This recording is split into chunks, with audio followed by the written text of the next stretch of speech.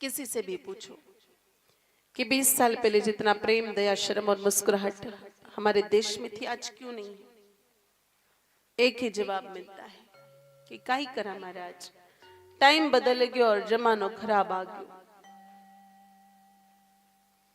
Time और जमाने को क्या हुआ है मेरे भाई बहनों? पहले भी 12 घंटे का दिन होता था, आज भी 12 घंटे का दिन है। पहले भी सूर्य नारायण भगवान पूरब में उगते थे, पश्चिम में जाकर के अस्त होता था, आज भी पूरब में उग रहे, पश्चिम में जाके अस्त हो रहा है। तो ना टाइम बदला है ना बदला है जमाना। सच बात यह है कि बदल गया है हम सबका खाना। आज हम सभी लोग पाप का अन्न खा रहे हैं। अब आप कहोगे अन्न में पाप कहां से आया? अन्न में पाप आता है 3 मार्गों से। पहला, आज हम जो बाजार की चीजें खा रहे हैं, आप सब लोगों को पता होगा उसमें कैसी कैसी चीजें मिलावटी आती है। दूसरा, किसान खेत में हालत पानत निराई गुड़ाई सिंचाई करता है, अनेकों कीड़ों मकोड़ों की मौत होती है। कोई ऋषि भी जाकर के कृषि कर ले तो कीड़े मकोड़े तो मरेंगे ही मरेंगे। फिर अनाज आता है घर पर और हमारी माताएं साफ करती है। और मुझे पक्का यकीन है भगवतगढ़ की 4 बहनें एक जगह बैठ जाए और भगवान के भजन गाए, ये संभव ही नहीं है। कथा में भी 1 मिनट का टाइम मिलते ही शुरू हो जाती है चू चू चू चू चू चू। और 4 बहनें जब वो अनाज साफ करने बैठ जाती ना, तो भगवान के भजन तो कहां से गाएगी? थारी मारी अठेली वठेली 5 पंचायती निंदा स्तुति। और शास्त्र कहते पर निंदा समग्न गरीसा, जिसकी हम निंदा कर रहे उस व्यक्ति के माथे के हिस्से का पाप उस अन्न में आ जाता है। और ऐसा पाप युक्त अन्न खाने से जीवन में पाप ही पाप बढ़ जाता है। अब आप कहोगे कि महाराज पूर्व समय में भी अन्न में पाप हुआ करता था, निंदा भी पहले होती थी, पहले खेत में कीड़े मकोड़े मरते ही थे।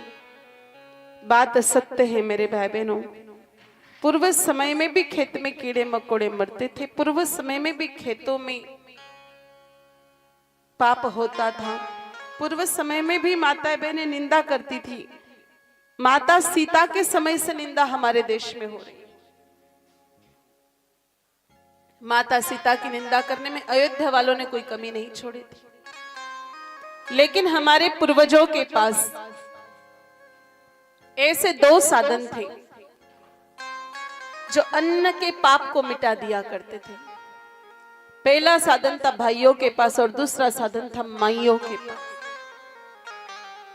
पूर्व समय में सभी किसान बैलों से खेती करते थे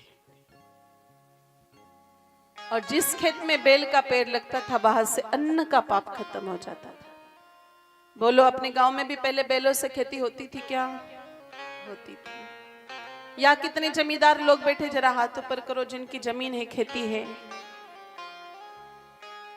सबकी। ऐसे कितने किसान यहाँ बैठे जो बैलों से खेती करते हैं? एक।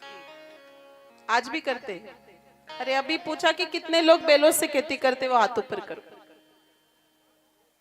एक भी नहीं करे गांव में।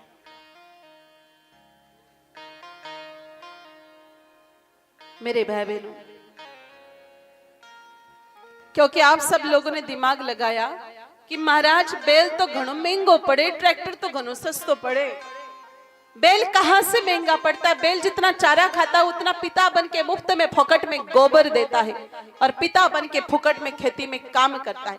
ट्रैक्टर जितना डीजल पीता है उतना केवल धुआं दे सकता और कुछ नहीं दे सकता। आप लोगों ने आज तक कभी सुना किसी ट्रैक्टर के साइलेंसर में से 2-2.5 किलो गोबर निकला हो? तो मेरे भाई बहनों, पूर्व समय में हमारे देश में जय जवान जय किसान का नारा लगता था। हमारा देश सोने की चिड़िया किसानों के बलबूते ही हुआ करता था। लेकिन आज अखबार खोलते ही पता चलता है किसान आत्महत्या कर रहे साहब, किसान धरना दे रहे हैं, किसान दुखी है, किसान अपने लक्षणों से दुखी है। किसान दिमाग लगाता है कि बैल तो घणो महंगो पड़े, ट्रैक्टर तो सस्तो पड़े। कहां से सस्ता पड़ता है?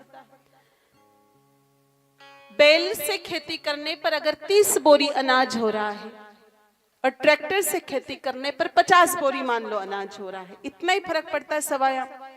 तो ट्रैक्टर से खेती करने पर 10-12 बोरी के अनाज के पैसे तो चले जाते भैया ट्रैक्टर के डीजल पेट्रोल में, 5-6 बोरी के पैसे चले जाते हैं ट्रैक्टर के मेंटेनेंस में, 3-4 बोरी अनाज के पैसे चले जाते हैं ट्रैक्टर की किस्तों में, 4-5 बोरी अनाज के पैसे चले जाते हैं मजदूरों की मजदूरी में, 6-7 बोरी अनाज के पैसे चले जाते हैं जहरीली दवाइयों में।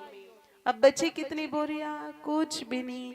अब किसान क्या खाए? फांसी तो खानी पड़ेगी।